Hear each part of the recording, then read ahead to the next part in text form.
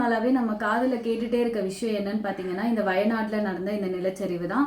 இன்னுமே வந்து அங்க எத்தனை பேர் வந்து உயிரோட இருக்காங்கன்றது தெரியாம ஒரு கணிப்பே இல்லாம பாத்துக்கிட்டு இருக்காங்க. அங்க கஷ்டப்பட்டு ரெஸ்கியூ டீம் வந்து வேலை செஞ்சுட்டு இருக்காங்க. அவங்க எல்லாருக்குமே என்னுடைய நன்றிகள். இப்போ வந்து அங்க அந்த பிரச்சனை ஒரு பக்கம் இருந்தாலுமே உண்மையாவே அங்க என்ன நடந்துச்சு அப்படின்றத பார்க்கலாம். இந்த இடம் வந்து வாழ தகுதியா இல்லையா அப்படின்றத வந்து முன்கூட்டியே வந்து பாத்தீங்கன்னா மாதவ் காட்கில் அப்படின்ற ஒரு பர்சன் வந்து வெஸ்டர்ன் காட்ஸ் எக்ஸ்பர்ட் பேனல் இவர் வந்து என்ன சொல்லியிருக்காரு அப்படின்னா, இந்த மேற்கு தொடர்ச்சி மலை, அதாவது இந்த குஜராத், கேரளா இந்த சைட்ல இருக்கிற இந்த ரீஜியன்ல இருக்கிற இடத்த வந்து 2011 இவர் வந்து ரிசர்ச் பண்ணி என்ன சொல்லியிருக்காரு அப்படின்னா, மக்கள் வந்து ஒரு சில இடத்துல வந்து வாழ தகுதி இல்லாத இடங்களா வந்து ஒரு சில இடத்த வந்து பிரிச்சு வச்சிருக்காரு. அதுல வந்து முதல் இடமா வந்து பாத்தீங்க அப்படின்னா ஈகோலாஜிக்கலி சென்சிட்டிவ் ஜோன்ஸ் அப்படின்னு ஒரு சில இடத்த வந்து மென்ஷன் பண்ணியிருக்காரு. அதுல வந்து வர ஒரு சில இடம் தான் வந்து பாத்தீங்கன்னா வயநாட்டுல இருக்க மேம்படி, சூரல்மலை, முண்டக்கை இந்த மாதிரி ஒரு சில பகுதிகள்லாம் வந்து சொல்றாரு. இந்த இடத்துல என்ன ஏன் மக்கள் வாழ முடியாதுன்னு பாத்தீங்க அப்படின்னா, அங்க வந்து பாத்தீங்கன்னா இருக்க மண்ணா இருக்கட்டும், ரொம்பவே லூஸ் சாயில்னு சொல்லுவாங்க, புவரா இருக்கும் அந்த சாயில். அங்க வந்து ஒரு கட்டிடமோ இல்ல ஒரு பெரிய இன்ஃப்ராஸ்ட்ரக்சரோட ஒரு சில பில்டிங்ஸ் வந்து நம்ம கட்டுறோம் அப்படின்னா கண்டிப்பா வந்து அது வந்து இயற்கையை அழிக்கும் அப்படின்றத இவர் வந்து 2011 சொல்லியிருக்காரு.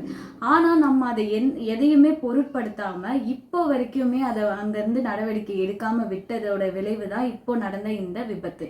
இது ஒரு பெரிய விபத்துன்னு சொல்லலாம். ஏன்னா அவ்வளோ மக்களோட உயிர் போயிருக்கு.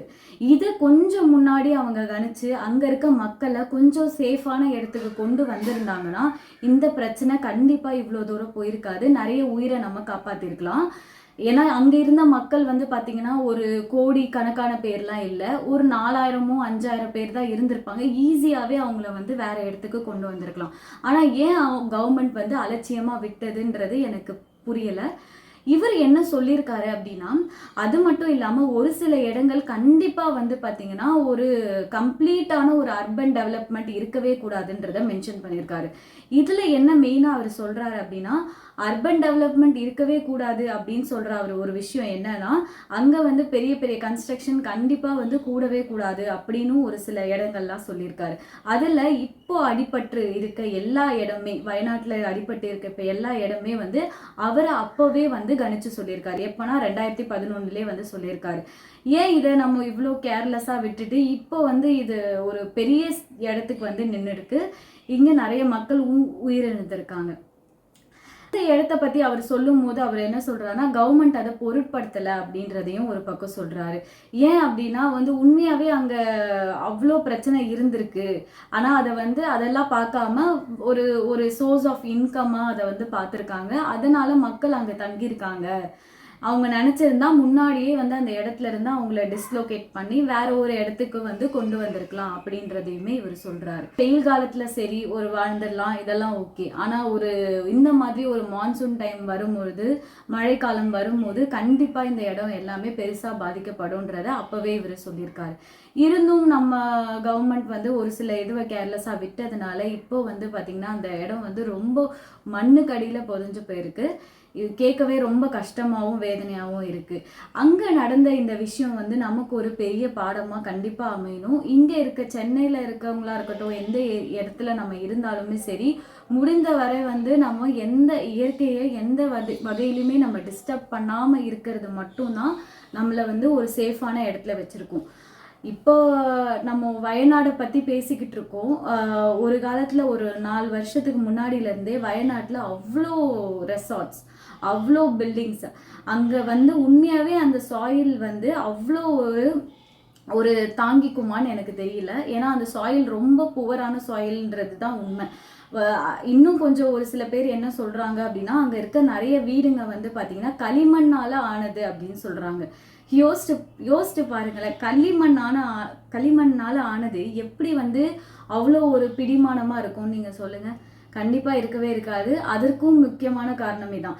அங்க இருக்கிற நம்ம நியூஸ்ல பார்க்கும்போது அங்க இருக்க பில்டிங்ஸ் எல்லாம் அப்படியே தரமட்டமாகி ரொம்ப மோசமான நிலைமையில இருந்துச்சு, கான்கிரீட் பில்டிங்ஸே.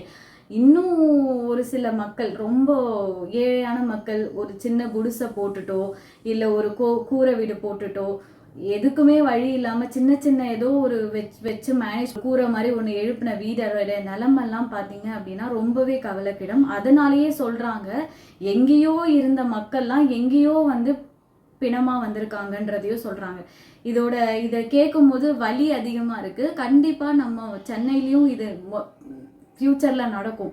நம்ம எப்பவுமே வந்து இயற்கைக்கு எதிராக இருக்கக்கூடாது. கண்டிப்பா இயற்கை நம்மளை வாழ விடாது அப்படி இருந்தோம் அப்படின்னா. ஏன்னா அதோட அழிவு வந்து ரொம்பவே அதிகமா இருக்கும். இப்ப நம்ம நேரடியா பார்த்துட்டு இருக்க மாதிரி இது நமக்கு ஒரு மிகப்பெரிய பாடமா அமையணும். கண்டிப்பா இது ஒரு பக்கம் இருக்கட்டும் அப்படின்னாலும் அங்க உண்மையாவே பெரிய பெரிய அதிகாரிகளோ இல்ல பெரிய பெரிய அந்தஸ்து உள்ளவங்களோ அங்க இருந்திருந்தாங்கன்னா இதே மாதிரி ரொம்ப கேர்லெஸ்ஸா இருந்திருப்பாங்களா அப்படின்னு பாத்தீங்கன்னா கண்டிப்பா இல்ல. ஒரு சாதாரண மக்கள் தானே, அவங்க என்ன ஆயிட போறாங்க, அவங்கள காப்பாத்தி என்ன ஆக போகுதுன்ற ஒரு விளைவு தான் வந்து பாத்தீங்கன்னா இந்த இடத்துக்கு கொண்டு வந்திருக்கு அப்படின்னு சொல்லலாம்.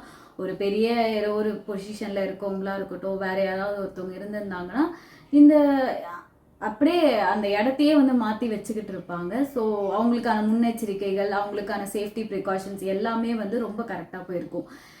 நம்ம நம்ம நாட்டில் வந்து இருக்கிற பெரிய பிரச்சனையே என்ன அப்படின்னா, சேஃப்டிக்கு நம்ம என்றைக்குமே முக்கியத்துவம் கொடுக்கறது இல்லை.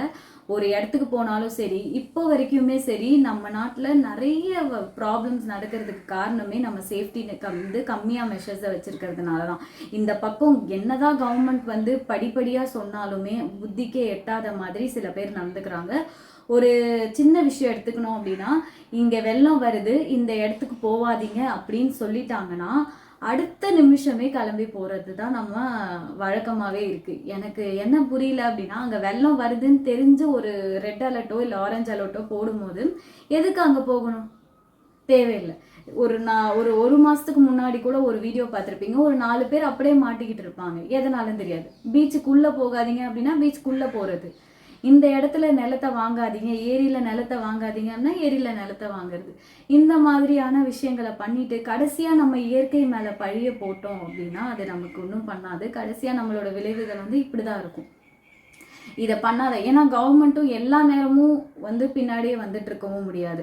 ஒரு சில டைம் வந்து பாத்தீங்க அப்படின்னா கிளியரா சொல்லிடுவாங்க, இந்த இடத்துல இப்போ இவ்வளோ வெள்ளம் வரப்போகுது, போகாதீங்க அப்படின்னு சொல்லிட்டாங்கன்னா நம்ம போகக்கூடாது. அந்த டைம் தான் நம்ம போய் செல்ஃபி எடுக்கிறது, தேவையில்லாத விஷயம் பண்றதுனால இது ஒரு ஒரு ஒரு ஒரு ப்ராப்ளமேட்டிக்காவே இருக்கு. இன்னும் வரைக்குமே கொஞ்சம் கூட ஒரு அலைன்மெண்ட்டோட மூவ் ஆகலை அப்படின்றது தான் ஒரு வேதனையான ஒரு விஷயம்.